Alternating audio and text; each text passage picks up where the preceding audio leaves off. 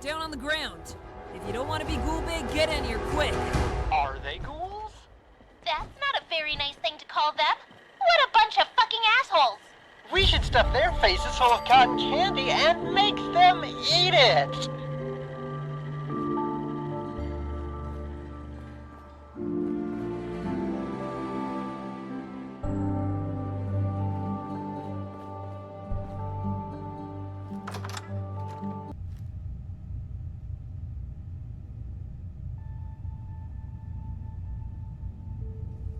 Jenna, I presume?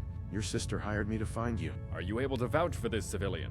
I can remind you that... Yeah, article whatever, subsection who gives a fuck says something you're not allowed to do. I'm sure those rules really save the asses of your dead buddies. I believe it was the carnivorous bumper cars, not the lack of rules, that killed them. I was actually going to point out that the last 5 people who came in here were revealed to be not real, a murderous animatronic, and a bunch of mutated pigeons in a coat that, I might also remind you, actually ate my laser rifle. Yeah, dangerous, evil living park, I get the point. I doubt the park has grown smart enough to attack its own people, though. False flag operations have been a staple of psychological warfare since... Don't care. What I do care about is you. Look, I'm not gonna say no to an extra hand. You step through the gate, which means you're as trapped as the rest of us.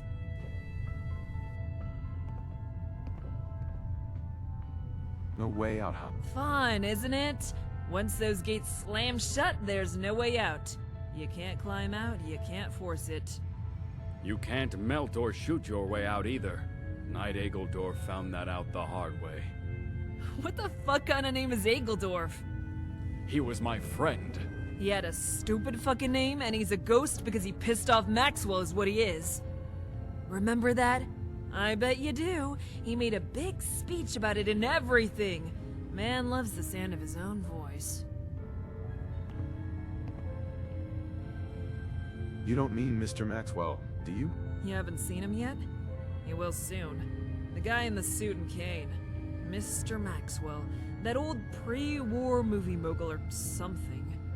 Taunts you, preaches at you, tries to get those robots to fuck with you.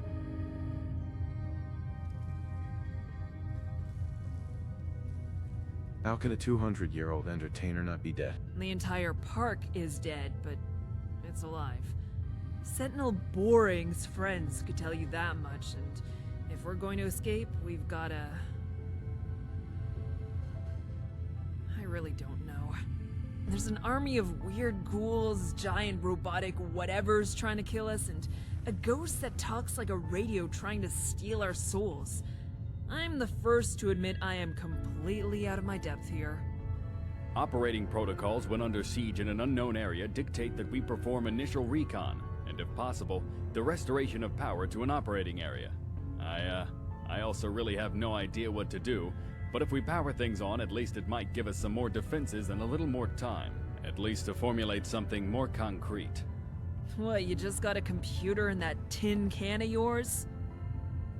Yes, and it tells me that the power station for this park is fairly close. This Maxwell apparently wanted everything under his control. Seems like something you can relate to. Alright, I'll concede. You, if you're not a ghost or a pigeon and want to escape, then you're stuck here with us either way. We could use your help there.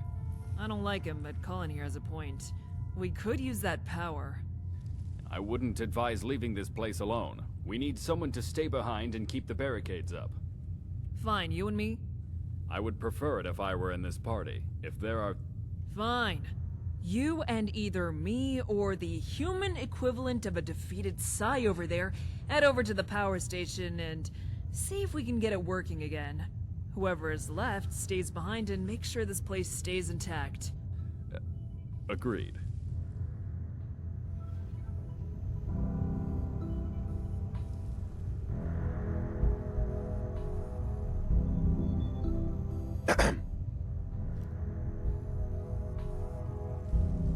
Your thoughts? Those mascots get stuffing everywhere.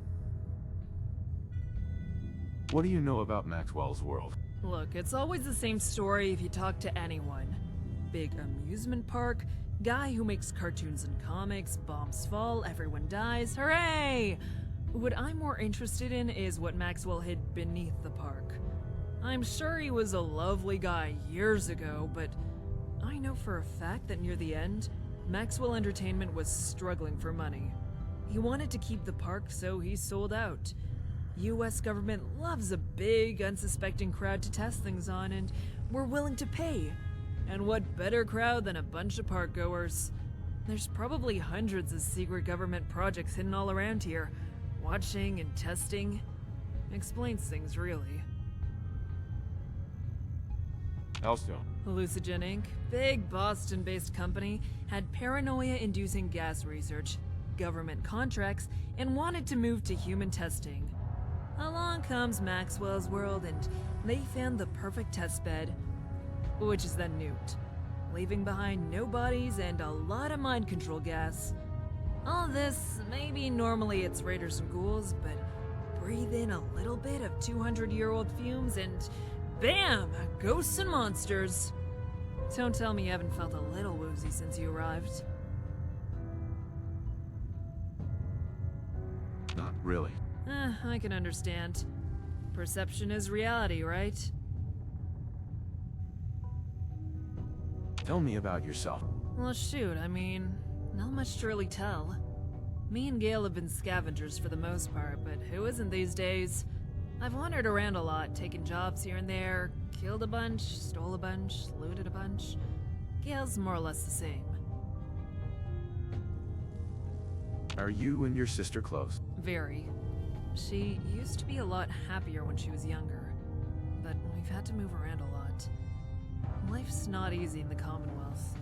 I was hoping whatever treasure was here might let us both settle down permanently, and if I'm gone, she'd have something to live off. Saved up quite a few caps working for the Minutemen, hung out with the railroad, even worked out with a few power-armored bastards for a while. That's where I got the jacket. Or stole it.